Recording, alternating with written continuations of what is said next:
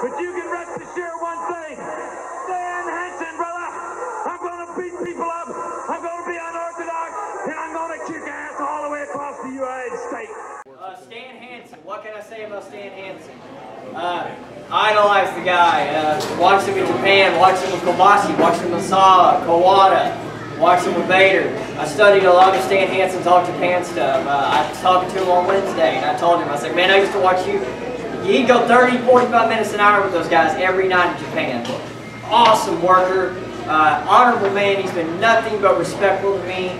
I've called him a few times and he could have hung up the phone and said, "The hell with this kid." But he might have wanted to a few times. I have bugged this man more than anybody.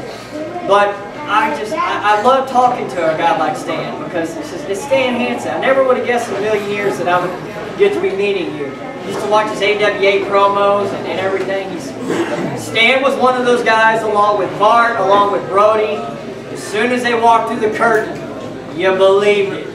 They didn't go to the ring, you know, counting their marking out for women, or he went to the ring throwing his bull rope around, knocking down announcers, and it was awesome.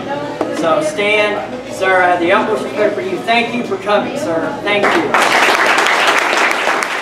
That's where I've been. I've been out there with the Peace Corps people. I've been out there fighting out there in the third world representing the United States and the state of Texas.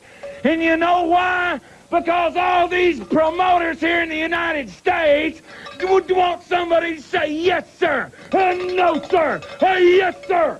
Well, Stan Hansen's never been a yes guy. And I go and I do what I want to overseas. But now I'm back in here, and I'm back in here in the NWA. Last year, Stan Hansen stood up here and accepted the honor on behalf of his longtime friend and tag team partner, Bruiser Brody. This year, we honor Stan and his accomplishments in the main event this evening. Here to honor Stan is a longtime veteran wrestler, a longtime friend of Stan Hansen. Please welcome Mr. William Hitch.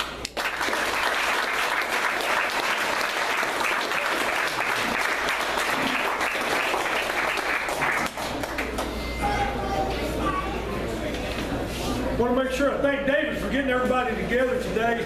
This is a great crowd. You don't know how rare it is when I'm not the oldest wrestler in any room. This is great. Stan's here today with his son and his lovely wife. If you ever met his wife, you can tell he married a little bit better than his wife did, for sure. Chris, I've been working on him for 3 years. If anybody's getting him back in the ring, it's me. I wanted to give him a chance to show me the Lariat. I used to always get complaints I was no good at selling. What I've heard about the Lariat, it sells itself.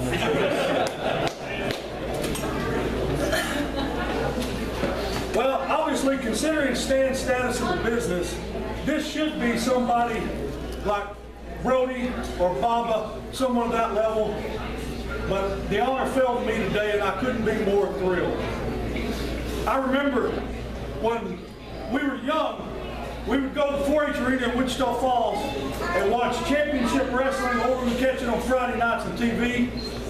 And we would get to see all of the greats, ones we loved back then, and Stan was one of our favorites.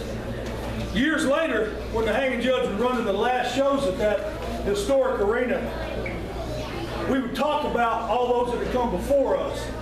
You know, names like Danny Hodge, Ken Mantell, Slito Rodriguez, Tom Jones, Bill Watts, Chico Torres, Ray Evans,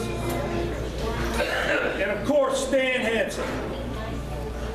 The building itself wasn't very impressive, but the history certainly was, and Stan was a big part of that. Now, being a bigger guy, and certainly not a high flyer, I used to watch people like Stan and Terry Gordy to try to figure out how it was done, because you don't get it any better than that. I remember a match, one of my favorites, Stan and Andre the Giant in Japan. This match, if you haven't seen it, you need to look it up on the internet. It's basically a clinic for big men. It's the way to work. 8,000 fans going crazy. You got to be doing something right. I found out years later from Stan there were 2,000. They had to call riot police outside because they couldn't get in. That's how popular Stan and Andre were when they were. You also know when you got a little old man attacking you with a cane on a train in New York City because you broke Bruno Sammartino's neck. When you got the fans attacking you, you know you're doing something right again. We were talking to some of the guys, though, Stan, we would like to see the blonde hair come back. So he. Majority of Stan's career of course, was spent in Japan, but he still gets booked to go back there for appearances all these years after retiring from the actual ring. But even though his popularity was so huge in Japan, he still was huge in the United States. One time he got flown in to Minnesota, if I'm remembering correctly, Minnesota, to wrestle Nick Bockwinkel. They flew him in, picked him up at the airport, drove him to the venue, changed clothes, wrestled, changed clothes, drove him back on the airplane to Japan, all in a matter of hours. Even when he was big in Japan, he was getting called back here. I want to make sure that everybody understands not only is he huge in the business, but as is true with Ray Evans, he's one of the nicest guys ever going to meet. And if I were half as big in the business as him, I would be walking around like I'm somebody, and all he does is try to be modest, keep it down, get back from the old days when you worked hard, did it because that's what it was supposed to be done, not because you wanted to be anybody's hero. I knew Stan, or I watched Stan as a fan. I watched him as a wrestler, and I'm proud to know him now as a friend. A man that is going to live in the world of wrestling for a long time. The unsinkable battleship, Stan with the Lariat Hansen.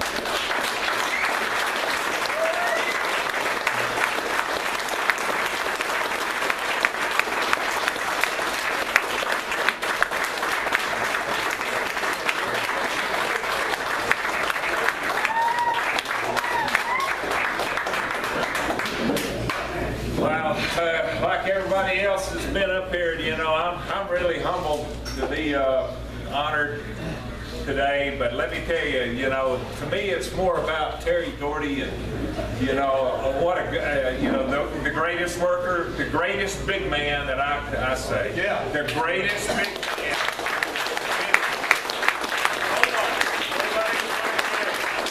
He was my partner and he was my opponent, and I know. And I love that guy. Anyway, don't want to get emotional, so I'm going to have to skip on. Skak!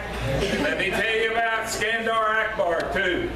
It's all about Skandar, and what he did here is all after when I got to know him over for Watts and everything. But Skandar was a legend in Louisiana and Oklahoma in that Mid-South area, and for Leroy, and he said he used to drive down the road with Leroy, and he said, "Skak, Skak," and you get tired, pull over, let me drive, you know. So, you know, he was always imitating everything. Skandar Akbar. And who else is it about? It's about all these guys that today, you know, I was in Japan and I didn't work Dallas except back when it was Fritz von Erich and there was Bronco Lubitsch. And Red Bastien was the booker. You know, God bless his soul. He gave me my first little push into business, really. Red Bastien, and I owe him for that, you know. And Bronco Lubitsch and Danny Pletchis and everybody, and Joe Blanchard. And of course, I got to thank the Funk family, Terry Funk especially, because he broke me in. And what a great opportunity to work with those guys that were there. You know, like Carl von Steiger and Moose Morawski. Man, I mean, you know, top guys in the territory. But on one night they would be on the opening match with Stan Hansen. And man, did they teach me, and did I learn, and I was all ears, because these guys knew what it was all about. And the thing about pro wrestling is that after all these years, you come back, and I learned so much tonight by listening. I didn't get to know, I wasn't around the Dallas wrestling business that much. But man, I have learned a lot about the great talent that was here, you know. The talent that came started with the Von Erichs, but it came down into other promoters that I don't even know. But I know the guys, and I've got to see the guys and got to hear the stories. And you know, I've been educated. And that's what I like about tonight. It's not so much about, you know, so many people have pointed me out tonight and say, oh, Stan Hansen did this or Stan Hansen did that. Well, you know, I don't really think of myself as doing that. But what the thing that I really think about is that all the guys, all my opponents, all the people that I got into the ring, they are what makes your good or makes your match good. If you don't have an opponent, you can't be successful. And I was fortunate. In Japan, I had a ton of talent. It's all about your opponent. And I want to give it the credit where all the credit goes is to all those guys that I wrestled over the years. And to the guys that were underneath. The guys that insult, that wasn't a put down. You were somebody that they could bring in, and you know what, go out on that third match and bring the house down. And they'd go and do it. Well, this room is full of carpenters, and I'm a carpenter. Everybody's a carpenter in this business, and we're all equal and we're all level. And that's what I want to, you know, say about being inducted, you bet. But you know what? Ask the thousands out there that need to be right out there with us. Amen. Okay? Thank you.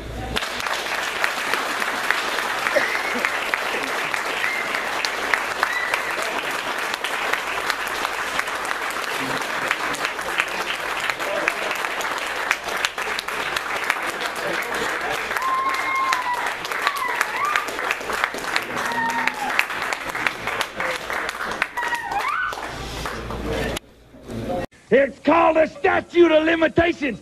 They tried to suspend me. They barred me from the United States, but that's okay. They took food off my table. They took food out of my hands. But I'm back, and I'm back because there's things like laws to protect somebody like me. And I'm back, and I'm going to run roughshod anywhere, in any way I want to. For me to pick the Lariat. That's exactly what this is. Everybody's trying to use it. Everybody's trying to perfect it. But I'm the one who started it. I'm the one who was kicked out of the States because it was the nastiest, most vicious hold. And the Lariat is back, and they're going to have to deal with it. The wrestlers are going to have to deal with it. And this too. And this. Payday, Johnny Page! I got something to bring home. And all you kids out there, y'all say no to you know what. But you know, in Denver tomorrow night, Larry, I'm going to be bringing this belt. Nick Buckwinkle, you come on down to the Mile High City. And as for Jerry Blackwell and all these weak excuses about his little foot hurt, that's a bunch of bull as far as I'm concerned. Everybody out here knows he took my boot off, started beating me upside the head, threw me down the damn ring. Does he get disqualified? Does he? No, sir. But you